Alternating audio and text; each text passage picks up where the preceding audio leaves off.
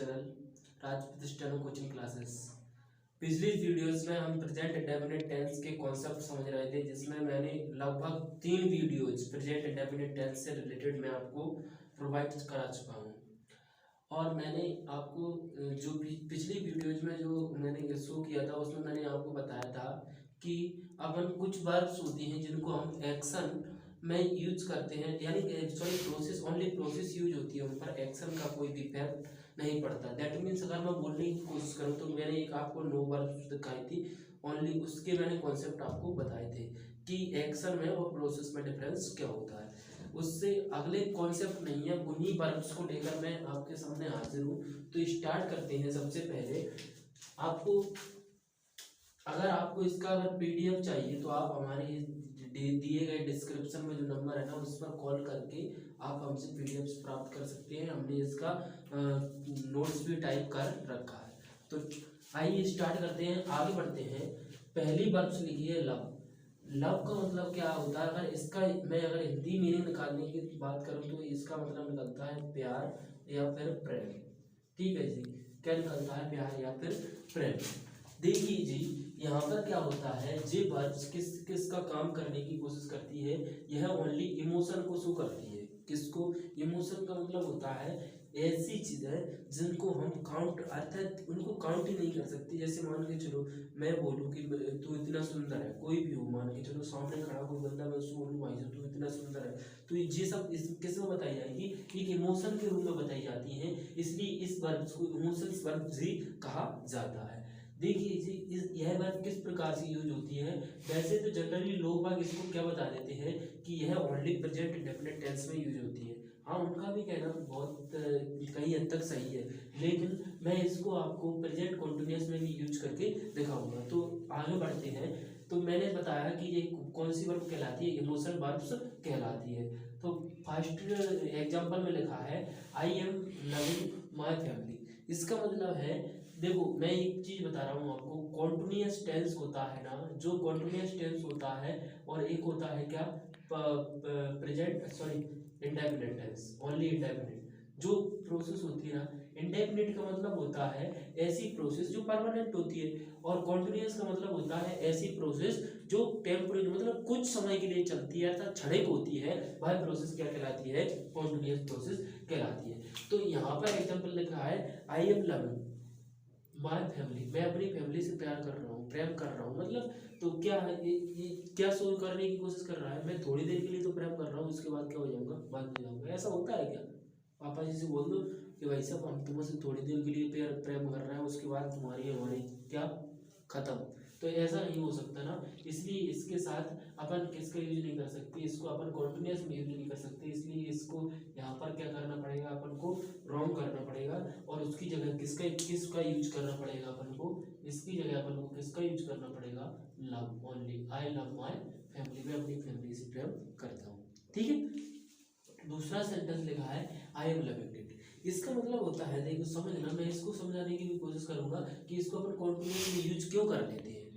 Continuous में use कर तो लेते हैं, बट क्यों कर लेते हैं? देखो समझ, जब भी हम, ठीक है जी, तो क्या होता है I am loving it, I am loving it, इसका मतलब होता है यदि कोई भी चीज वस्तु अपन खा रहे हैं या फिर पी रहे हैं, और उस टाइम अगर अपन उसको बोले लंच टाइम में या फिर कुछ भी डिनर टाइम में, यदि अपन उसमें बोलने की कोशिश कर रहे हैं आई एम लविंग इट, तो उस टाइम पर बताया गया एक्सप्रेशन किसमें लिख सकते हैं? अपन कॉन्टिन्यूअस टेंस में यूज कर सकते हैं। तो मैंने इसीलिए इसको अपन बोल देते हैं I am loving it. It का मतलब क्या होगा? कोई वस्तु होगी, तो इसलिए अपन इसको क्या बोल सकते हैं? I am loving it. और इसको, इस टेंस को अपन ऐसे भी यूज कर सकते हैं आई लव इट, मैं उसे प्रेम करता हूँ, या फिर उसको मुझे अच्छा लगता है वो खाने में, तो ऐसे भी बोल सकते हैं। जैसे देखो आई लाइक एप्पल, तो लाइक वर्ब भी इसी के अंतर्गत आती है। लाइक का मतलब होता है किसी को पसंद करना। तो I like apple, I am liking apple, जे वाला सेंटेंस क्या हो जाएगा? मिस्टेक हो जाएगी, क्योंकि मैं एप्पल को खाने के सेंस में यूज किया जा रहा है, इसलिए भाई सब इसको इसको अपन कॉन्टिन्यूअस टेंस में यूज नहीं कर सकते। ओनली कैसे यूज होगा? आई लाइक एप्पल। तो मैंने आपको लव वर्ब्स और लाइक की भी जो 2 सेंटेंस थे उनको समझाने की कोशिश की। आई होप आपको क्लियर हुआ हो। आगे बढ़ते हैं। आगे जो लिखा है जो समझना, आगे क्या है कि फील वर्ब्स होती है ना, फील वर्ब्स, फील का मतलब होता है महसूस करना। जनरली इसका मीनिंग क्या निकलता है, महसूस करना। तो समझना इंडेफिनिट एंड कॉन्टिन्यूअस ये दोनों तरह की से यूज की जा सकती है। देखो समझना, देखो मैं वो इसको अकॉर्डिंग टू सेंस लेकर चलेंगे अपन। जैसे लिखा है he is feeling good cold, sorry he is feeling cold, वह ठंडी महसूस कर रहा है, मस्ट कंसल्ट अ डॉक्टर, उसको डॉक्टर को दिखाना चाहिए।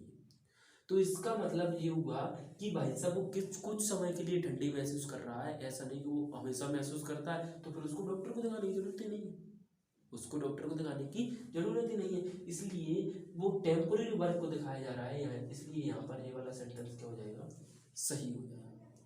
दूसरा example, how are you feeling now, आप कैसा महसूस कर रहे हो, क्वेश्चन पूछा जा रहा है।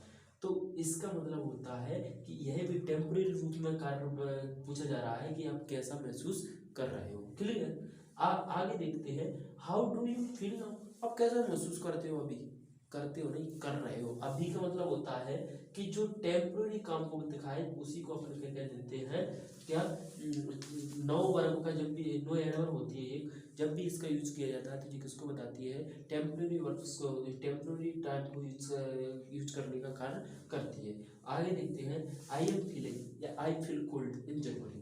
देखो समझ लो, आई एम फीलिंग बोलूंगा या आई फील कोल्ड इन जनवरी, मैं जनवरी में ठंडी महसूस कर रहा हूँ या करता हूँ, कर रहा हूँ या करता हूँ, भाई साहब कर रहा हूँ नहीं क्या करता हूँ, क्योंकि अपन बात बता रहे हैं कब की, किसी भी अपन को ऐसा तो नहीं कि मैं हमेशा ठंडी महसूस करता हूँ, कब करता हूँ, जनवरी में। इसलिए इसका सेंटेंस का क्या मीनिंग निकलेगा, आई फील कोल्ड इन जनवरी। ठीक है। आगे अगला कॉन्सेप्ट है सी वर्ब का। तो इस प्रकार की वर्ब्स तो बहुत होती है, बट लेकिन उनको पढ़ने की जरूरत नहीं है, जितना एग्जाम से रिलेटेड है वो मैं आपको सारा कराने की कोशिश कर रहा हूँ। Use only present indefinite tense, देखो मैंने लिखा है use only present indefinite tense, but ऐसा नहीं है, इसको भी अपन के अगर देखें तो इसको मैं कॉन्टिन्यूअस टेंस में यूज कर सकता हूँ। अभी बताऊंगा कैसे यूज कर सकते हैं।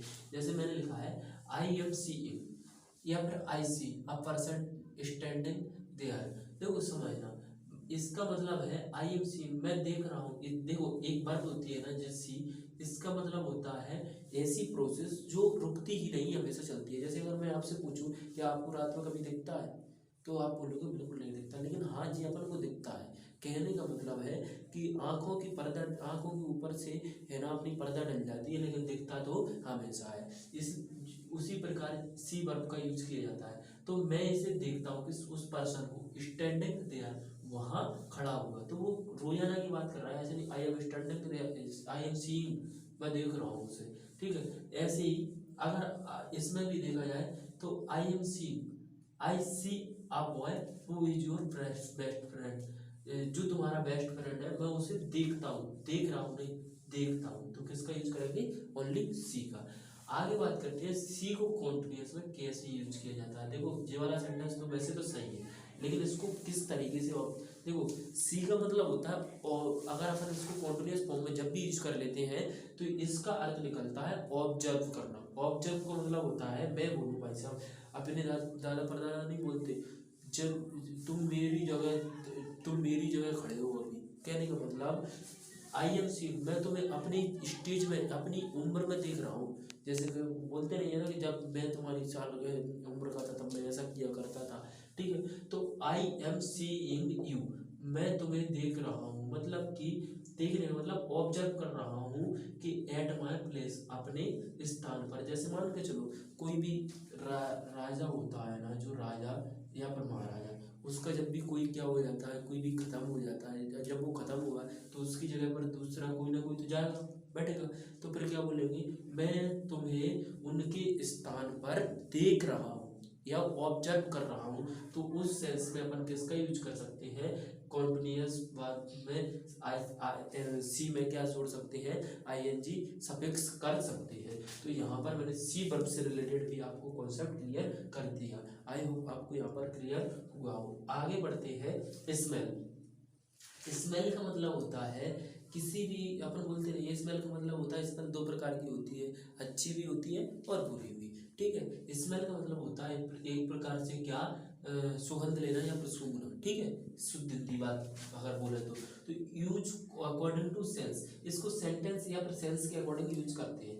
देखो मैंने लिखा है सबसे पहले, रोज स्मेल्स इज स्मेल या फिर इज स्मेलिंग स्वीट। एक बात बताना, क्या गुलाब का पेड़ पौधा है, सॉरी फूल है, वो कभी भी इसमें स्मेलिंग स्मेलिंग हमेशा देता रहता है या कुछ समय देता है?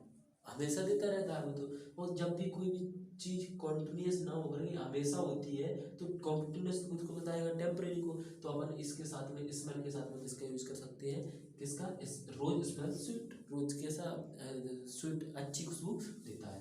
आगे बात करते हैं, Rama always smell is smelling या फिर इज स्मेलिंग लगाए या फिर स्मेल लगाए। तो आप बोलोगे कि भैया ये तो आपने पहले ही बता रखा है कि always, seldom, never, occasionally, hardly, scarcely, barely, जिस वर्ड्स यूज किए जाए तो समझ लेना किसका यूज करना अपन, प्रेजेंट डेफिनेट टेंस का, इसलिए किसका यूज किया मैंने, स्मेल का। आई होप आगे देखते हैं अपन। देखो जैसे मैंने वॉइस, मैं खड़ा हूँ यहाँ पर अभी मौजूद हूँ और उधर रामा नाम का कोई लड़का खड़ा है या फिर राम नाम का कोई लड़का खड़ा है। मैंने अपने दोस्त से बोला, देख देख देख देख राम राम आज क्या कर रहा है, इसमें लिख ले रहा है, मतलब किसी भी फ्लावर्स को क्या कर रहा है, सूंघ रहा है या फिर उसकी स्मेल ले रहा है। तो भाई साहब वो क्या काम है, टेम्परेरी काम है। तो यहाँ पर स्मेलिंग में आईएनजी सफिक्स की गई और ये वाला सेंटेंस क्या हो गया, सही हो गया। जैसे लुक एट रामा, रामा को देखो, ही इज स्मेलिंग फ्लावर्स, वो किसकी फ्लावर्स की को क्या कर रहा है, स्मेल कर रहा है। तो यहाँ पर इसको अपन कॉन्टिन्यूस फॉर्मेट में यूज कर सकते हैं। ऐसा नहीं है कि कॉन्टिन्यूस फॉर्मेट में रटना नहीं है, अपन को क्या करना है, समझना है हर एक कॉन्सेप्ट को। ठीक है, नेक्स्ट वीडियोज में मैं आपको I think versus I am thinking दोनों के बारे में डिटेल से डिस्कशन करूंगा। आई होप आपको यह वीडियो पसंद आई हो। और यदि आपको यदि ये वाले कॉन्सेप्ट समझ में नहीं आते तो आप पिछली वीडियोज को रिमाइंड करके और उनको देख लीजिएगा। आई होप आपको क्लियर, बिल्कुल क्लियर हो जाएगा मेरे हिसाब से। तो मैंने अपना जितना मैं दे सकता था कंटेंट मैंने आपको प्रोवाइड किया।